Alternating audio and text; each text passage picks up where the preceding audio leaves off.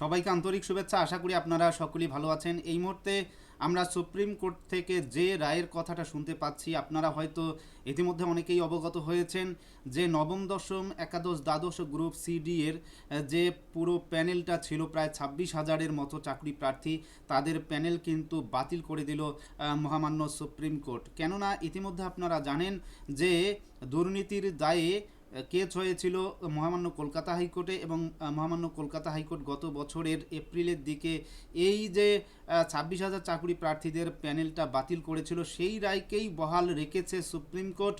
তবে supreme court বেশ কিছু বিষয় একটু গুরুত্ব সহকারে দেখেছে, বিশেষ করে সেখানে যাদের বয়সটা এই মুহূর্তে পেরিয়ে গিয়েছে তারা যাতে নতুন করে চাকরির পরীক্ষায় বসতে পারে সেই দিকটাও কিন্তু নজর রেখেছে সুপ্রিম কোর্ট।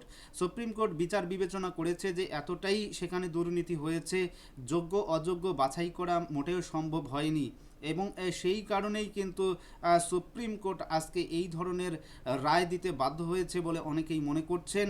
এবং ইতিমধ্যে আমরা আরও শুনতে পাচ্ছি যে 3 মাসের মধ্যে এই যে কার্য প্রক্রিয়াগুলো সম্পন্ন করতে হবে, এবং টাকা ফেরতেরও একটা বিষয় কিন্তু উঠে আসছে। আমরা সেই বিষয় নিয়ে অবশ্যই বিস্তারিত বলার চেষ্টা করছি। তবে আপনাদের আরেকবারও বলে রাখছি, 2016 সালে নবম দশম একাদশ দ্বাদশ গ্রুপ সিডি এর যে চাকুরি হয়েছিল প্রায় 26,000 চাকুরি প্রার্থী, তাদের যে পুরো প্যানেলটা, সেই পুরো প্যানেলটা কিন্তু এই মুহূর্তে বাতিল করে দিল সুপ্রিম কোর্ট। এবং সুপ্রিম কোর্ট বিশেষ করে বয়সের দিকে নজর রেখেছে, এবং এই কার্যপ্রক্রিয়া যাতে দ্রুত সম্পন্ন হয় সেটার দিকেও নজর রাখতে বলা হয়েছে, এবং ফ্রেশভাবে পরীক্ষা কিন্তু নেবে, এমনটাই কিন্তু আমরা বিভিন্ন ধরনের খবর শুনতে পাচ্ছি। তো এই বিষয় নিয়ে অবশ্যই আমি আপনাদের একটু পরেই ক্লিয়ার করার চেষ্টা করছি। সঙ্গে থাকবেন, ধন্যবাদ।